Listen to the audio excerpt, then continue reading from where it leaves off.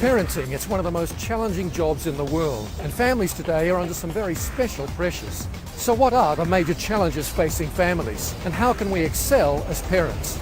I'm Fletcher, and this is Edges.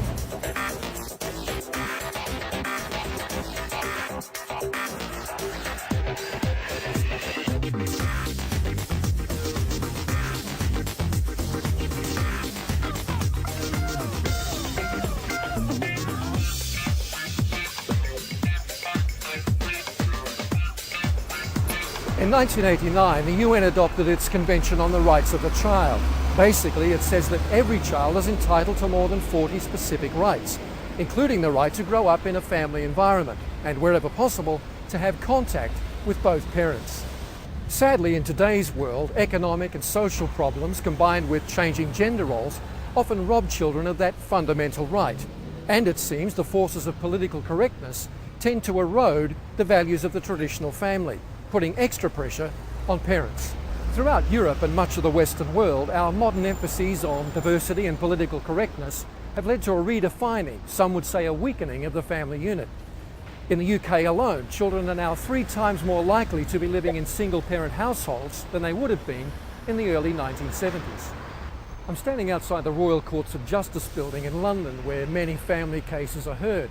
I think it's true to say that the traditional role of religion as a decider of cultural norms has largely been usurped today by the politicians, the media and the courts. Today, in fact, it's the politicians and the courts who decide exactly what a family is and how a family should behave.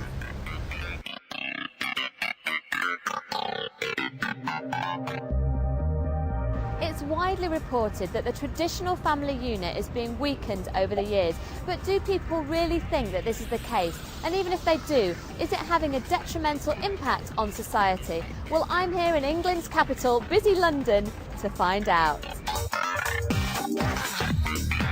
Excuse me, sir, could I just ask you whether you think the traditional family unit has weakened over the last few years? I don't think it has. I think that family units are changing. The definition of family is changing. I think so. I mean, families don't eat together anymore, do they? The father's not around, they're not getting, someone to look up to. I suppose if it's family's important, it'll always be important to people. No, I think the traditional family unit is pretty much something which is made up by people who think that things should be run like they were in the 1950s. I think it's a complete myth. I think because lifestyle has changed, the values in life has changed. It really denigrated the country, the whole country denigrated by it.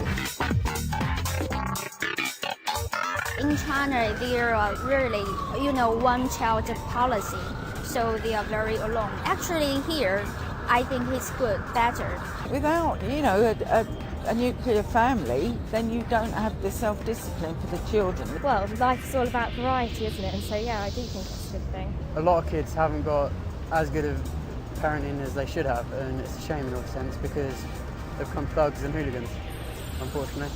I'm not definitely dressed the best way today, but...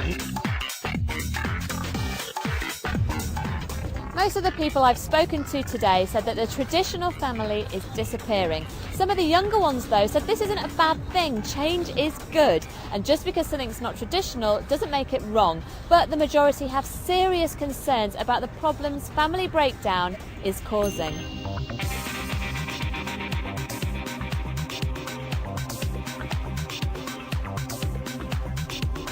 It's probably appropriate that we're in the UK for this program on parenting because, according to a recent UNICEF report, British children are the unhappiest in Europe. The report says the UK ranks bottom of a list of 21 industrialised nations when it comes to child well-being. Now, I don't know for sure, but that may have something to do with the fact that since the early 1970s, the proportion of British people who live in traditional family households has fallen from 1/2 to just 1/3.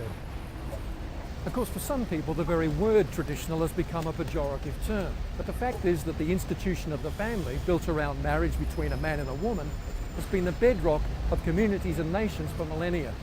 And I don't know why some people express surprise when drastic changes to the family unit coincide with rising social problems like antisocial behaviour.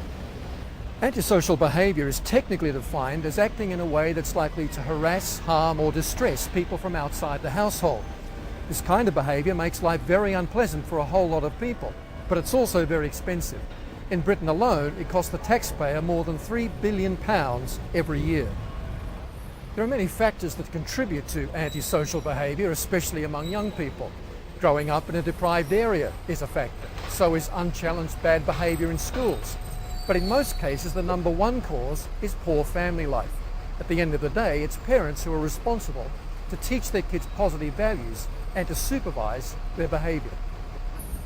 In some countries, new laws are being passed to try and reinforce that fact. One British law says that parents of problem children can be fined if their kids step out of line. But laws on their own are not enough. If governments are really serious about tackling antisocial behaviour, they'll need to stop flirting with political correctness that says a family can be whatever we want it to be, and start reinforcing, financially and in other ways, the traditional family.